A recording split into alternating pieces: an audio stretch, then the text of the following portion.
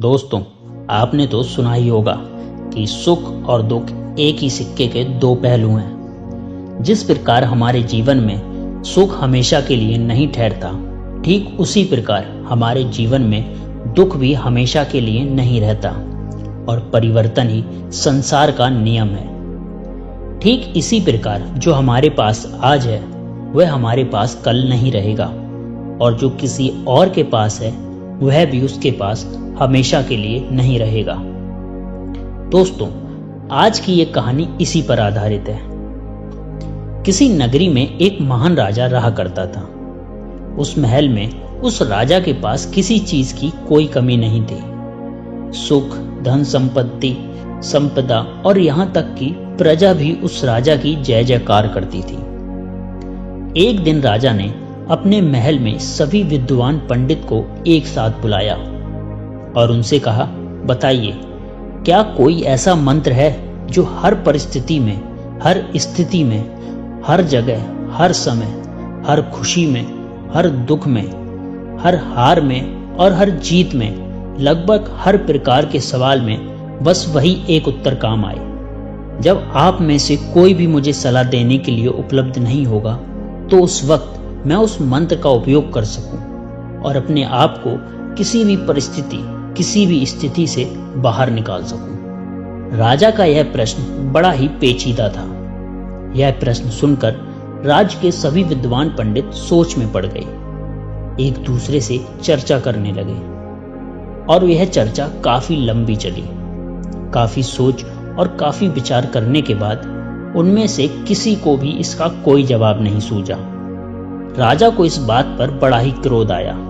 राजा ने कहा कि इस महल में कोई भी ऐसा व्यक्ति उपस्थित नहीं जो मेरे सवाल का जवाब दे सके।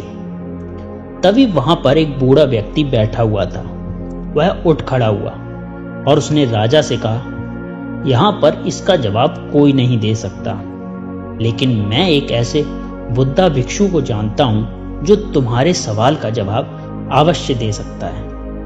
बूढ़े व्यक्ति की बात सुनने के बाद राजा कहता है, माननीय, आप मुझे बताइए कि वह बौद्ध भिक्षु कहाँ मिलेंगे। इस पर वह आदमी बोला, पास में एक छोटा सा जंगल है और वहां पर वह बौद्ध भिक्षु अपना आश्रम बनाकर रहते हैं। अगर आप चाहें तो मैं आपको वहां ले जा सकता हूं। वह राजा तुरंत उस भिक्षु से मिलने के लिए तैयार हो गया और वह राजा और बूढ़ा व्यक्ति जंगल में भिक्षु के आश्रम पर पहुंच जाते हैं। वहां पर पहुंचने के बाद बूढ़ा आदमी और राजा उन भिक्षु को प्रणाम करते हैं और उनसे कहते हैं कि क्या आप मेरे एक प्रश्न का जवाब दे सकते हैं। वह बौद्ध भिक्षु बहुत बड़े ज्ञानी थे। उनके पास जो कोई भी अपनी समस्या लेकर आता था वहां से कभी भी खाली हाथ नहीं जाता था। भिक्षु ने राजा की सभी प्रश्न को ध्यान से सुना और उसके बाद उन्होंने राजा को एक छोटा सा कागज का टुकड़ा दिया जिस पर उसका जवाब लिखा हुआ था और साथ ही में एक शर्त भी लिखी थी और उस शर्त में यह लिखा गया था कि हे राजन, इसे आप अभी नहीं देख सकते जब तक आपके ऊपर कोई अत्यधिक खतरा मंडरा रहा हो, जब आप खुद को अकेला पाएं, जब आपको कोई रास्ता नजर ना आए, जब आप अकेले पड़ जाएं और जब आपको यह लगने लगे कि अब मेरे पास और कोई भी उपाय नहीं बचा, तभी आप इस कागज को खोलकर पढ़ सकते हैं। राजा ने उन बौद्ध भिक्षु को प्रणाम किया और उस कागज को मोड़कर अपने हीरे की अंगूठे के नीचे रख दिया। यह सब वह बुद्ध भिक्षु देख रहे थे और वह यह देखकर मुस्कुराने लगे। तभी राजा ने उनसे पूछा, आप मुस्कुरा क्यों रहे हैं। उन्होंने इसका जवाब देते हुए कहा कि बहुत ही जल्द तुम्हें अपने सवाल का जवाब मिलने वाला है। बहुत ही जल्द ऐसी परिस्थिति आने वाली है जब तुम्हें इस कागज की जरूरत पड़ेगी, तो बहुत ही ध्यान से रखना। राजा ने उन्हें प्रणाम किया और फिर वहां से अपने महल की ओर लौट आए।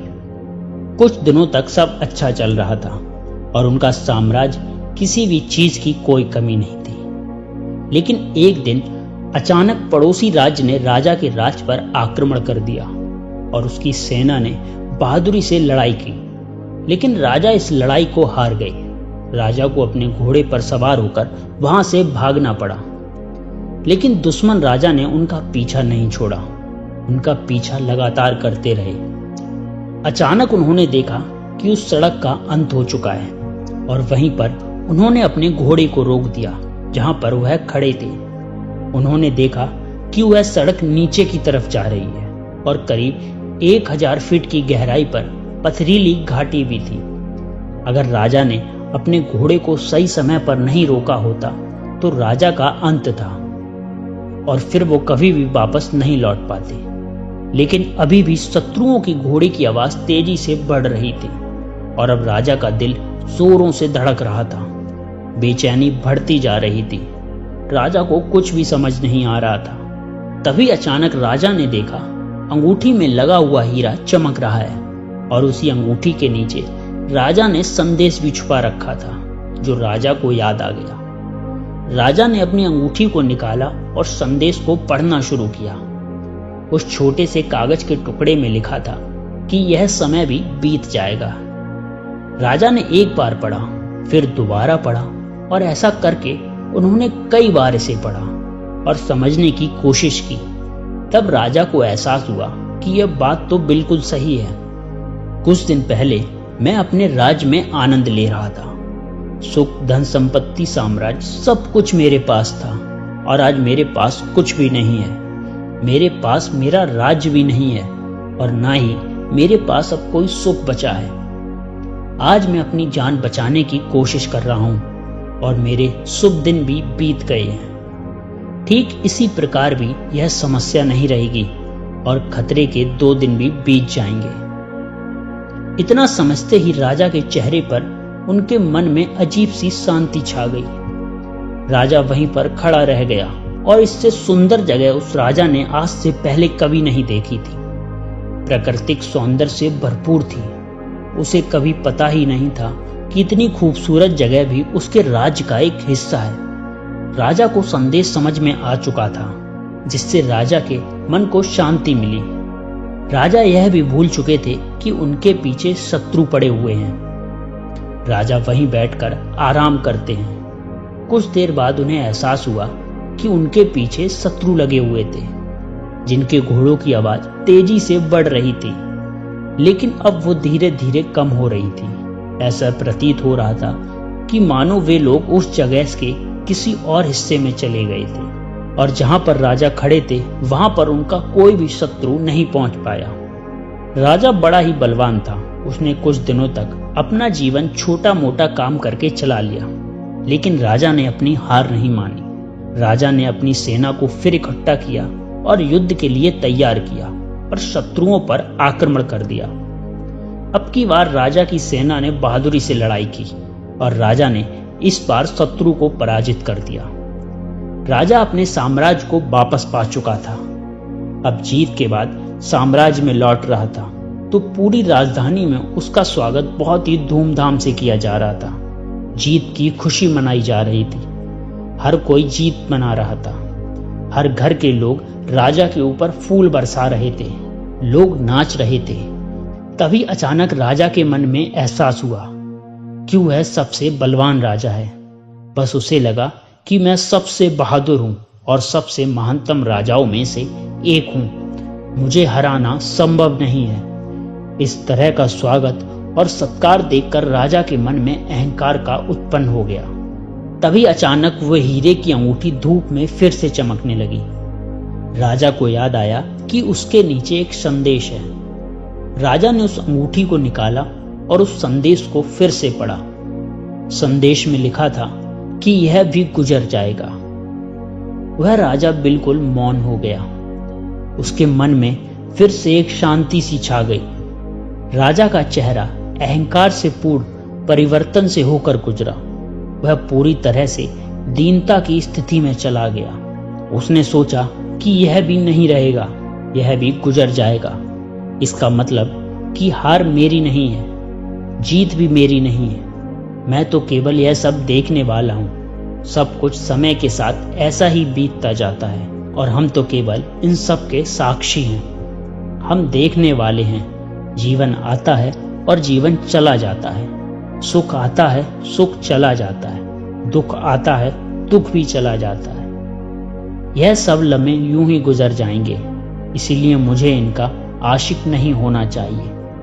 सबके साथ यदि हम अपने जीवन में देखें और चुपचाप उन सभी चीज़ों का मूल्यांकन करें तो हम पाएंगे यह समय भी गुजर जाएगा। अपने जीवन में खुशी के बारे में सोचो, दुख और हार के फलों के बारे में सोचो। क्या वे स्थायी थे? बिल्कुल नहीं, वे सब आए और चले गए। ठीक उसी प्रकार यह भी नहीं रहेगा और बीत जाएगा। समय इसी तरह से विस्तार चला जाता है। जीवन यूं ही गुजर जाता है। इस संसार में कुछ भी नहीं है, सब कुछ बदलता है। परिवर्तन के इस नियम को स्वीकार करो, इस पर अपने नजरिए से विचार करो। दोस्तों, हमारे जीवन में भी ऐसे कई पल आते हैं हम अपने जीवन में कभी भी जाने नहीं देना चाहते, लेकिन यह जीवन है, यह समय है, यह पल है जो कभी भी नहीं रुकते।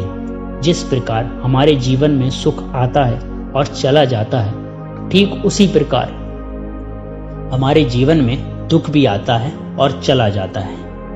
इसीलिए अपने जीवन को वर्तमान में रहकर जीना सीखें, क्योंकि जो पल, जो समय आपके पास अभी है, वह आने वाले समय में आपके पास नहीं होगा और तब आप केवल पश्चाताप ही करते रह जाएंगे। इससे अच्छा यह है कि वर्तमान में रहकर उन हर पलों को खुशी से जियो, जी भर के जियो, क्योंकि आने वाला समय कैसा होगा हम में से इसे कोई नहीं जानता।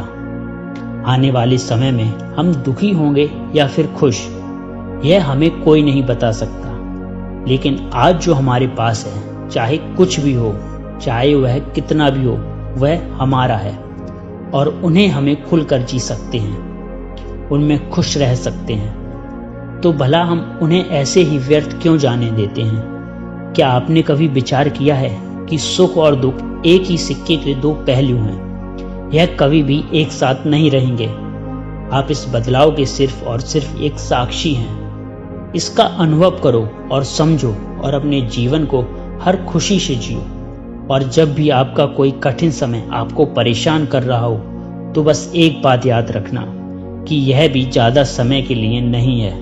इसका भी समय आएगा, किसी ना किसी दिन और किसी ना किसी क्षण यह भी गुजर जाएगा। कैसी लगी आपको ये कहानी हमारे कमेंट बॉक्स में ज़रूर बताएं और ऐसे ही मज़ेदार कहानियों के लिए हमारे चैनल को सब्सक्राइब ज़रूर करें।